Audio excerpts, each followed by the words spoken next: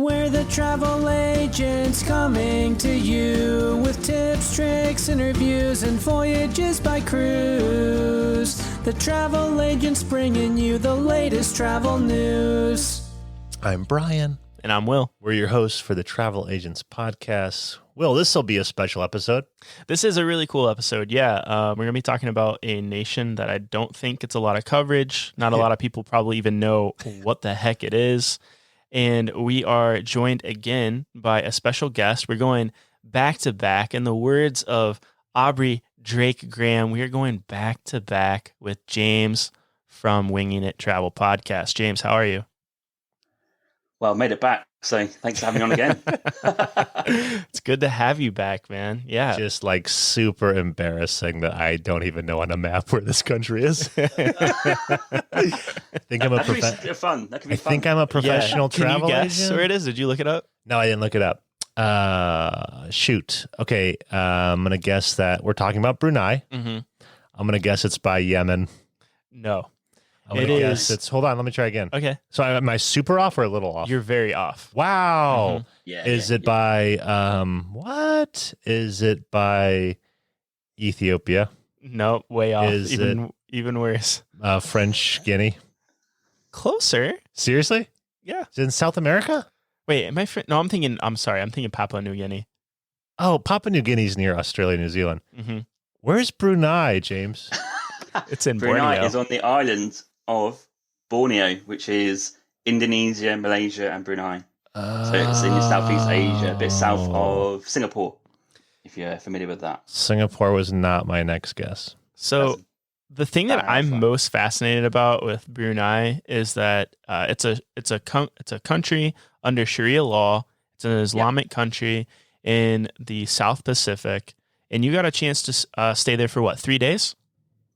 Yeah, so we were in Borneo on the Malaysian side. So Borneo is kind of split. There's the 2/3 at the bottom is Indonesia, top third is Malaysia, and in that top third there's a tiny country called Brunei. So it's landlocked, if you like. Obviously you've got the sea there, but yeah, it's a tiny country, and it got independence from the Malaysian, well, the British kind of owned Malaysia back in the day. We all know that. They got a little bit of that slice of land for themselves, and it's kind of a really unique, weird country, yeah. So what was it like going to Brunei? What was it like being in a country that's under Sharia law? Yeah, it's keen to get this out there that Sharia law is kind of, I don't know too much about it, but I think when people hear it, it's like, oh God, that's awful. Yeah. It just means there's certain rules in place, like it's going to be alcohol free, so there's going to be no alcohol. There's going to be things that close for prayer, so things close at 6. You can't go into mosques, but you can go in the grounds of mosques because you're not a Muslim. If you are Muslim, you obviously can go in. And it's just a very quiet, but also clean place, but nice people. Like, we met some nice people there. So there's absolutely no problems. Just bear in mind, if you're going to go there and get boozed up on alcohol, it's not going to happen. And I wouldn't do it as well. So, yeah, just kind of have your wits about you, I think. Okay. So what did you do in Brunei? What made you want to go to Brunei? Was there like one thing that you're like, we really want to see this thing? We stayed in Kota Kinabalu, which is on the Borneo Malaysian side, and we're at a hostel, and a few people in the hostel were like, we're thinking about doing a trip to Brunei. And the hostel owner was like, okay, yeah, you can do that. You need to get a boat, and a visa on arrival is free for British nationals. I'm not sure for US what your visa restrictions are. So we thought, okay, so we just turn up, we get a ticket on the boat, we nip across, no visa required, done. And it really was that simple. Like the boat cost like $17 US, and you stop off at a separate island to do the border stuff. So you come out of Malaysia into Brunei, and then you hop onto another boat into the capital of Brunei, which is a bit of a long name. It's called, I'm not great at pronouncing this, is it Bandar Dar es Salaam? Okay. Be wrong there. Bandar Seri Badawan, I think it's called. not great at pronunciation. You're close. Badawan. Yeah, you're close. Yeah. So you hop into there and you get a taxi from the port area into town. And yeah, that was our start of our 2 and a bit days. What language do they speak? They speak English there. Oh. That's interesting. I believe that is the national language. I could be wrong with that. Not Arabic. I would expect Arabic. Don't forget the guy the Sultan of Brunei, he studied at Oxford University. He served with the British Army, so I think English is widely spoken. We spoke English there, no problems. The guy we met, we actually hitchhiked there, random story. And the guy who picked us up, he used to live in Liverpool and was telling us about the country. He gave us a free lift into town from where we were staying and told us the best place to go and see and do. So wow, pretty cool. Okay, you have 2 days in Brunei. What'd you do? Wait, real quick. It says you're right. English is like super widely used. Technically, the official language is Malay.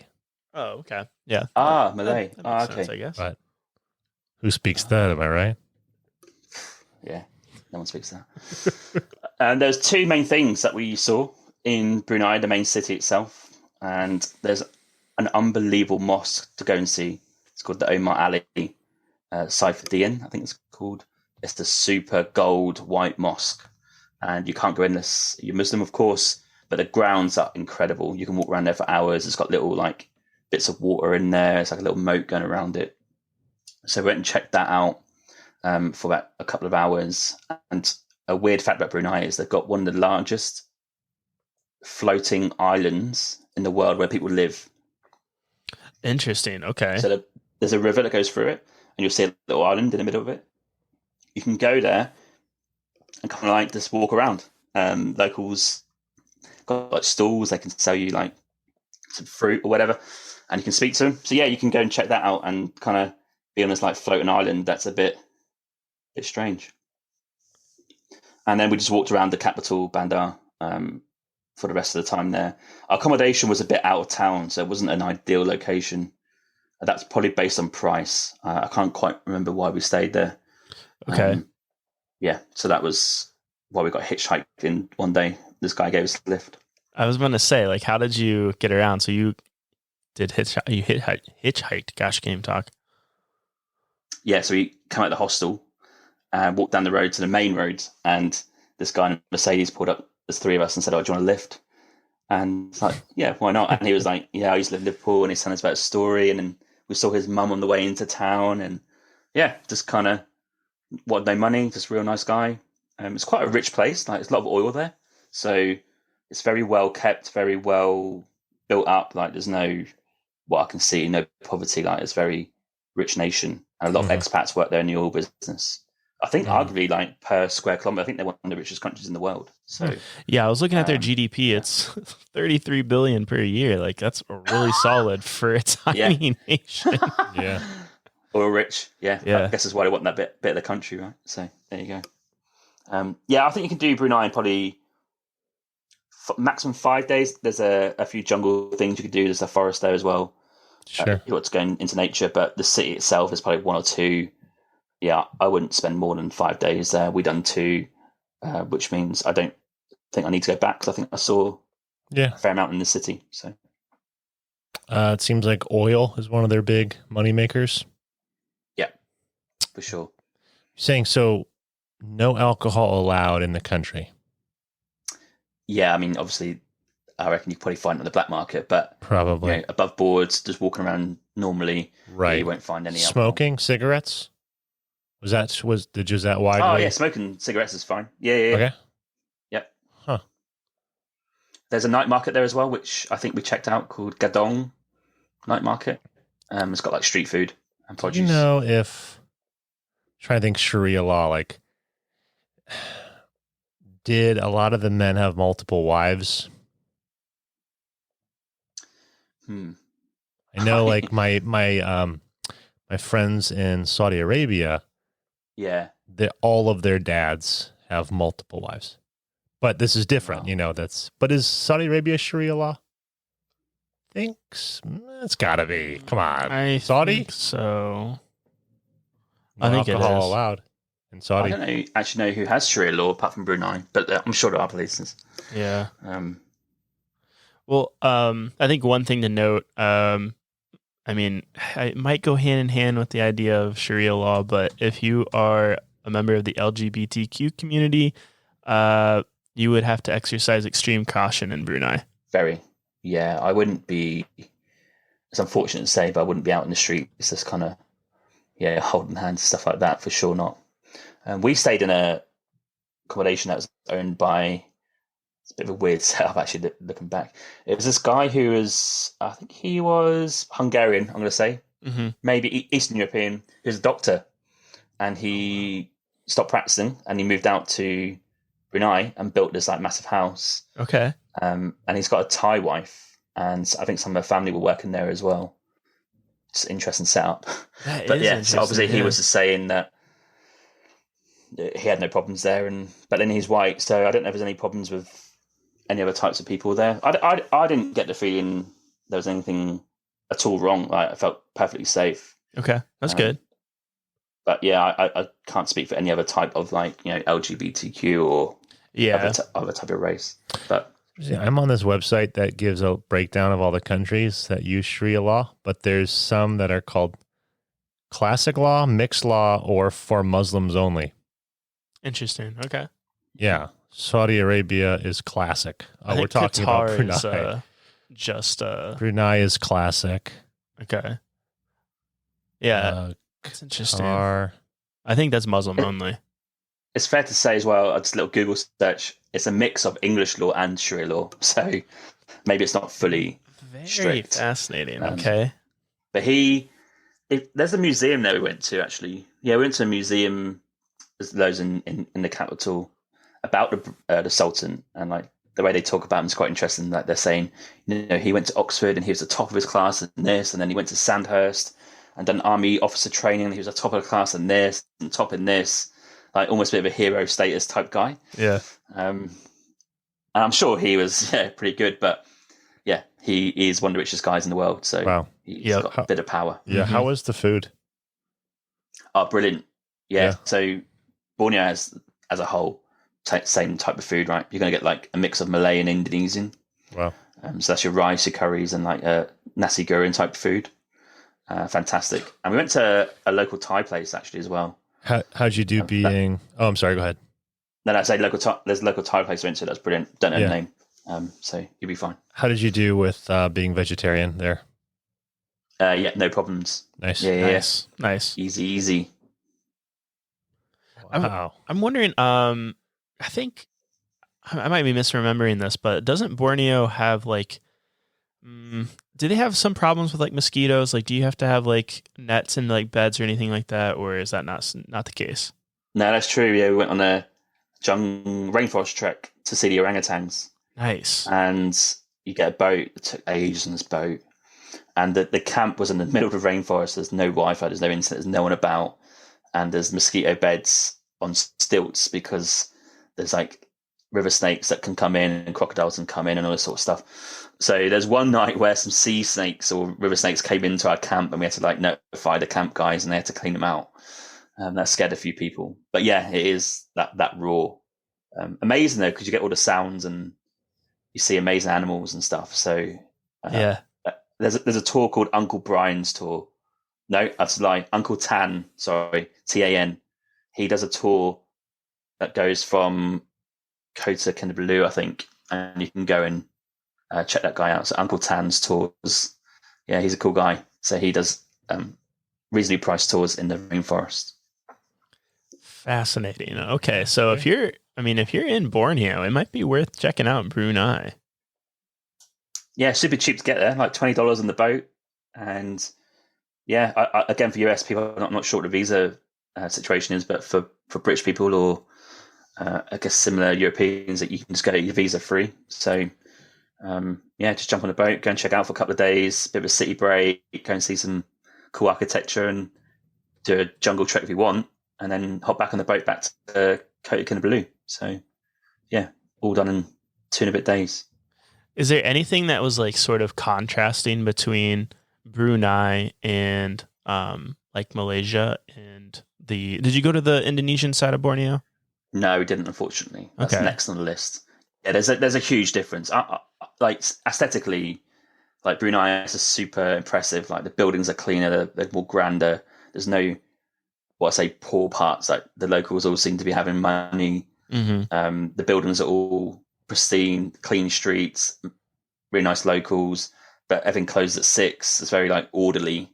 Interesting. So it's a bit of a difference in that way. Yeah. Like in Kota Kinabalu in Borneo, in the Malaysian side, you can walk some streets and get some real local experiences, I imagine, right? But you won't find that in Bandar.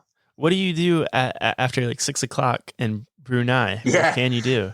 It's literally 6 o'clock and they all close. Yeah, we just went back to the hostel and hanged out with all the people who were staying there. There's literally not much you can do. Okay, sure. So yeah, just met hang an out with Australian some girl people. and another couple, English couple there, and actually the guy had drinks in his hostel.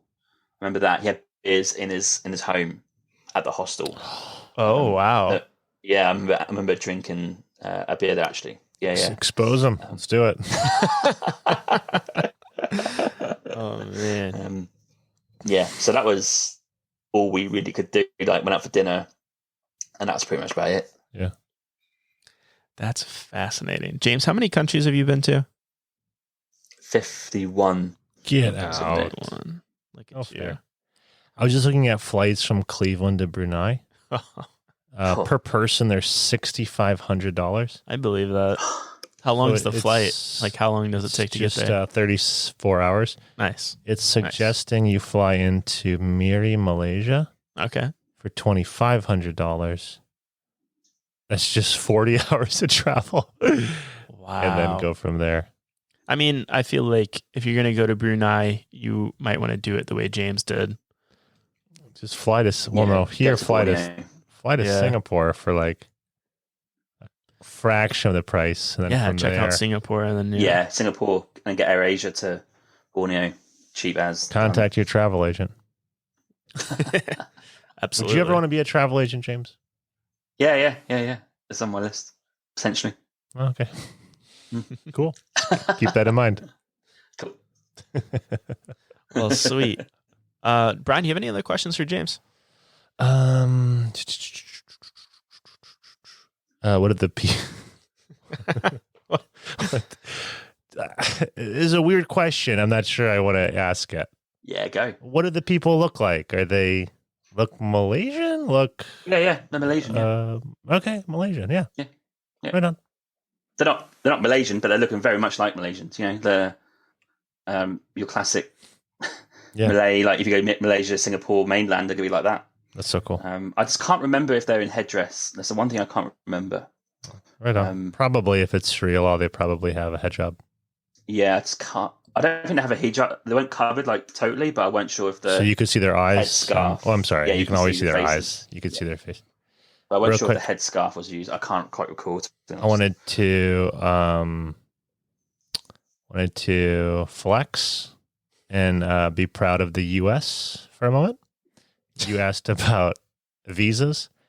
So I went to travel.state.gov, which is where you should always go for you U.S. travelers about whatchamacallit, travel. And you click on international travel information, type in Brunei, and it says that U.S. citizens do not need a visa to enter. Boom. Stays Nice. under 90 days. So no offense that your country requires you to have one. That makes it super easy to jump on the boat and just get through the Malaysian border back in again from there. And you can fly Brunei Airlines. They're quite a good airline, I think. They fly in and out of Brunei. But if you want to do like a backpackery type budget way, just go to Kota Kinabalu on the Borneo side and go and climb that mountain there if you want to, and then just pop over for a few days to Brunei. There's Yeah, some it's worth other, it. Worth it. but there are See, some right. other weird things. Like you have to have one blank page for your entry stamp and 6 blank visa pages. 6. That is very weird. And then it's saying there's a currency restriction for entry. Yes. 15,000 BND.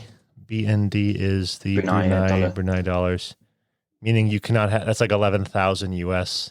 Like you cannot have more than that, or you have to have more than that. you got to have that, yeah. Sultan, Gotta prove, that's right. his money in a teapot in the kitchen, isn't it? Yeah. You need to make sure you're actually worthy of Big being bank. here. So you just No, cannot the bring currency- in more. Yeah. Yeah, you can't bring more, but the currency you have to get over the border, I believe. Right on. You can't get Brunei currency in advance. I remember we got to the border of the island. You get out of your Malaysian side into Brunei, and you just need to change your money or get money there because you can't get it in Kota Kinabalu. Were they weird about you taking money out of their country? Did they say anything or no? Well, I don't know why you would, because you can't change it anywhere else. It's a closed currency, I think. So it'd be in the best interest. When I went to Morocco, they said don't take our currency home with you. Oh, really? Oh, okay. Everyone does by accident. It was in my wallet. I just didn't think. They don't stop you at the airport. That's a weird thing to. Huh. Just be like the U.S. and print more. Hey, that's a good note to end on. Well, James, thanks so much for coming back on the podcast. Tell our listeners, where can they find you? You have your own podcast. Tell us a little bit about that. Yep, Winging It Travel Podcast is on Spotify, Apple, Google, and YouTube channel is there. It's going to be rebranded in the new year, but it is there. It's got some interviews on there. I love it. And I do have social media. Instagram is Winging It Travel Podcast, and TikTok and YouTube as well, shorts. And I sort of are on Facebook and Twitter, but not really. I don't bother with those two. And I've got a new website coming in the new year. So yeah, you can find me anywhere on those platforms to talk about some travel stuff. James Hammond, ladies and gentlemen, he is a good interviewer. If you want some really good content, check out Winging It Podcast, Winging It Travel Podcast. It is shockingly good. That's very kind of you. What a Thanks backhand. Nice backhand compliment. I feel like we're at that stage, We did a 2.5 hour podcast on your podcast together, so we're past just the formalities.